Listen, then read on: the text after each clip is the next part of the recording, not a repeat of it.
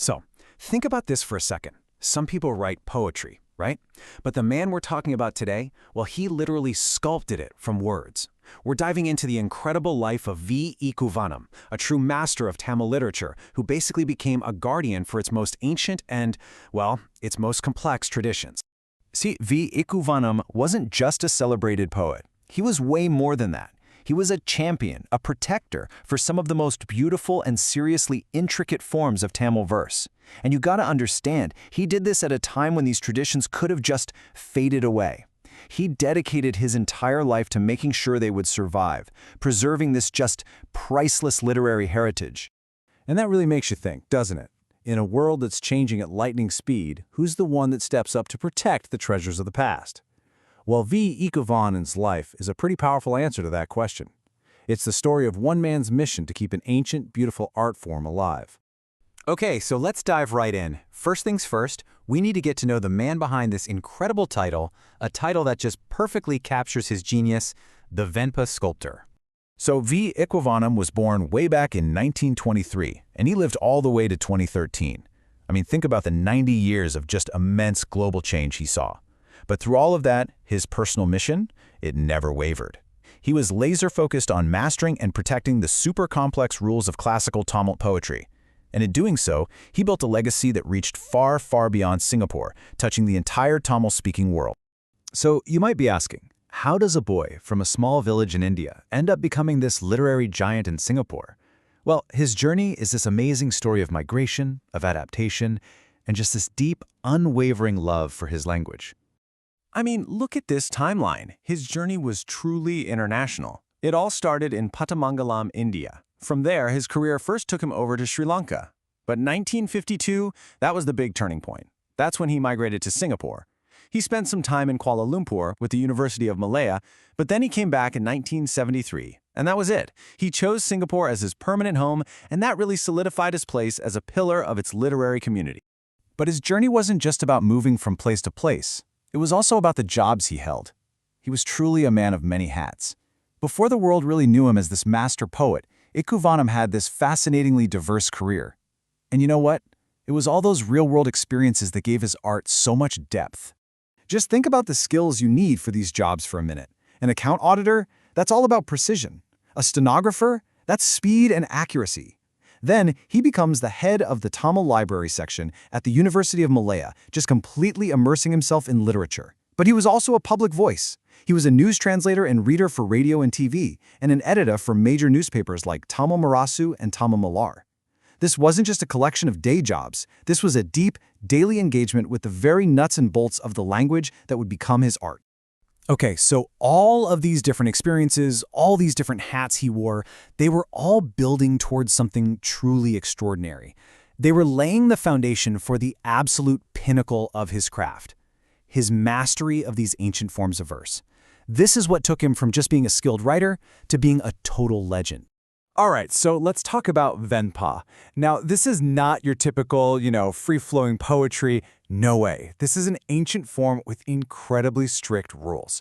We're talking rules for grammar, for the number of syllables in a line, everything. Just writing in Venpa is super difficult. But Ikkuvanam, he was so masterful, so incredibly precise, that he earned the name Venpa Sherpi, which means the Venpa sculptor. And isn't that the perfect description? He wasn't just writing poems, he was literally carving them out of the language itself. And hey, if you thought Venpa was complex, get ready for Chittara Kavi. This is on a whole other level. It's an exceptionally rare and frankly mind-bending art form called pictorial poetry. I want you to just imagine this. You compose a grammatically perfect poem, but then you arrange the actual letters of that poem on the page to create a visual image, like a lamp or a lotus. It's this breathtaking fusion of pure literary genius and visual art. It's incredible. And he didn't just dabble in this. He composed these amazing poems in all kinds of shapes. We're talking tridents, lamps, a lotus flower, a peacock, a sword, even a chessboard. Each one of these was a complete, perfect poem and a work of art. It's this masterpiece of both linguistic and artistic skill.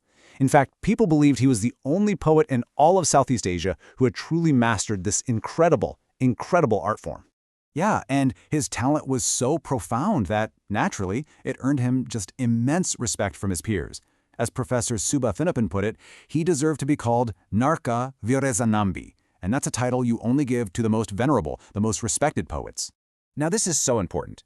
He wasn't just preserving these ancient forms like they were museum pieces, under glass. No, he was making them live and breathe in the modern world.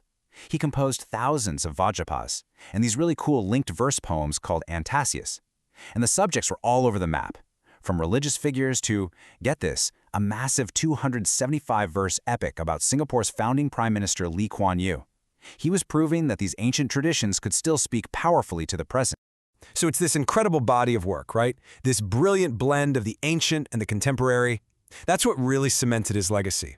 And it was a legacy that was celebrated and recognized all throughout his remarkable life. You can actually see the story of his recognition just unfold over the decades here. It starts with an award way back in 1962. Then in 1993, he gets that official Vinpa Sculptor title, all the way up to 2009 when he's honored with the prestigious Tamijavel Award. The man earned dozens and dozens of honors, and every single one was a testament to a lifetime of just unparalleled dedication to his craft. And his contributions went so far beyond the written page. He was a true pillar of his community. He served as vice president for the Singapore Hindu Sabha and the Sri Rutra Kaliamman Temple, and he held key roles in the Singapore Tamil Writers Association. See, he didn't just write for his community. He was actively helping to build it. Now, Ikkuvanam passed away in 2013, but his legacy is absolutely thriving. His family is carrying that torch forward, sponsoring awards to inspire the next generation of young poets. And maybe the most exciting part? There's a whole treasure trove of his masterful works, including many of those incredible pictorial poems that still haven't been published. It's like a gift that's still waiting to be fully discovered by the world. So the life of V. Ikkuvanam really leaves us with a powerful question, doesn't it? He poured his entire life into protecting an art form that he loved so deeply. And it kind of forces us to look in the mirror and ask ourselves, what traditions do we value that much? What part of our own culture are we passionate enough to protect for the generations that will come after us?